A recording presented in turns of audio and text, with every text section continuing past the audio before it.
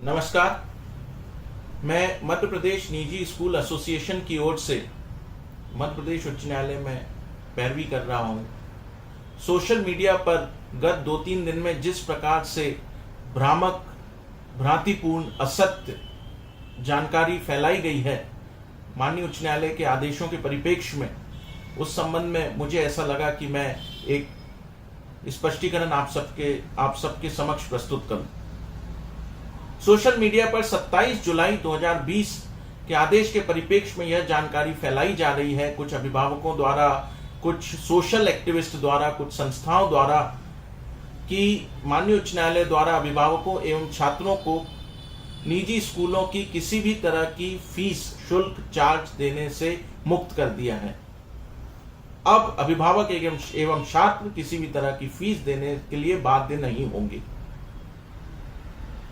यहां पर मैं यह स्पष्ट करना चाहता हूं कि ऐसा किसी भी तरह का आदेश या निर्देश मध्य प्रदेश उच्च न्यायालय द्वारा 27 जुलाई को पारित नहीं किया गया है।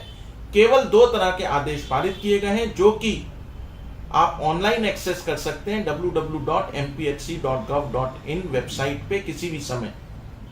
निर्देश यह पारित किए गए हैं कि अभिभावक एवं छात्र निजी स्कूलों की सभी फीस, सभी शुल्क, सभी चार्ज देने हेतु पूर्व की तरह बाध्य हैं, मेस एवं ट्रांसपोर्ट को छोड़ के।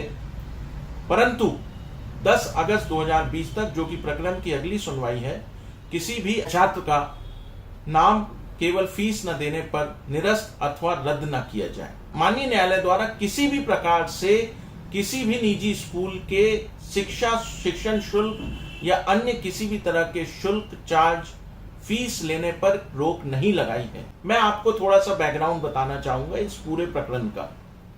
राज्य शासन द्वारा पूर्व में 2 पृथक आदेशों के द्वारा यह आदेशित किया गया कि निजी स्कूल मात्र ट्यूशन फी ले सकेंगे।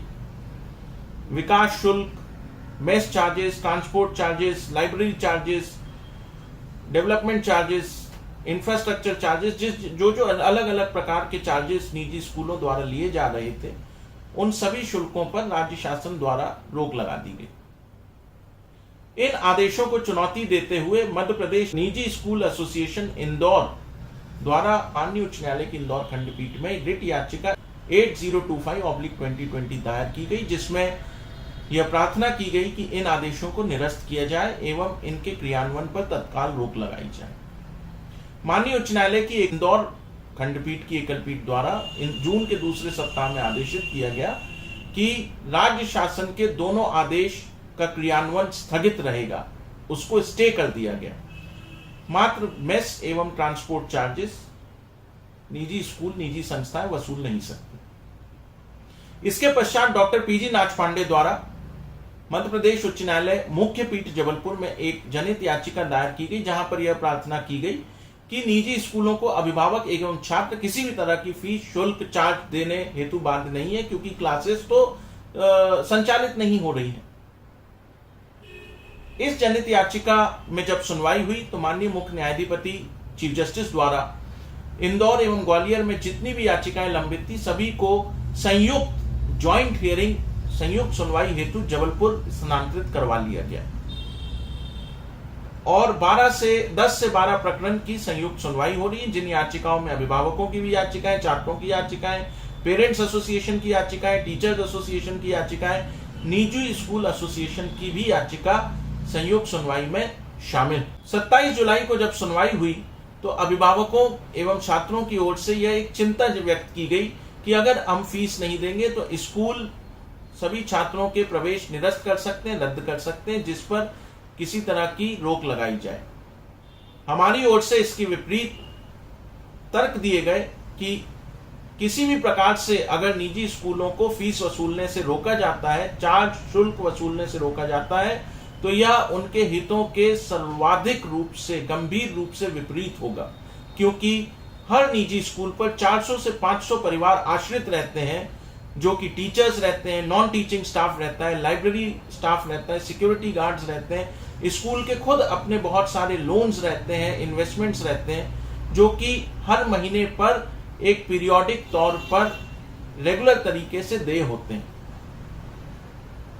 सभी पक्षों के तर्कों को सुनने के बाद लगभग 1 घंटे की सुनवाई के पश्चात माननीय उच्च न्यायालय की माननीय मुख्य न्यायाधिपति की युगल पीठ द्वारा एक बड़ा ही सुलझा हुआ अंतरिम आदेश पारित किया गया, जिसमें पूर्व में जो इंदौर खंडपीठ द्वारा जो आदेश पारित किए गए थे, अर्थात मेस एवं ट्रांसपोर्ट चार्जेस को छोड़कर निजी स्कूल सभी प्रकार की फीस, ट्यूशन फीस, शिक्षण शुल्क, विकास शुल्क, जो भी अन्य चार्जेस रहते हैं वो सब वसूल सकते हैं, उसको आगे के लिए निरंतर किया गया।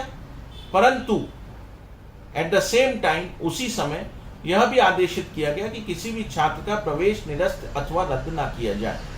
यह अंतरिम व्यवस्था मात्र 10 अगस्त 2020 तक अभी निर्धारित की गई है, जिस दिन अंतिम सुनवाई हेतु नियत किया गया।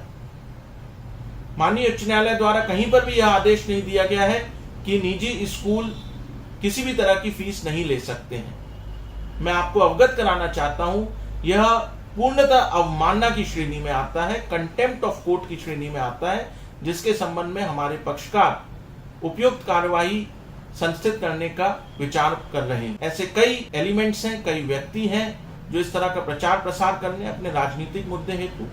आप कदाचित इस तरह की भ्रांतिपूर्ण जानकारी में आके गलत कदम ना उठाएं। न्यायालय के आदेशों को पूर्णतः पढ़ें।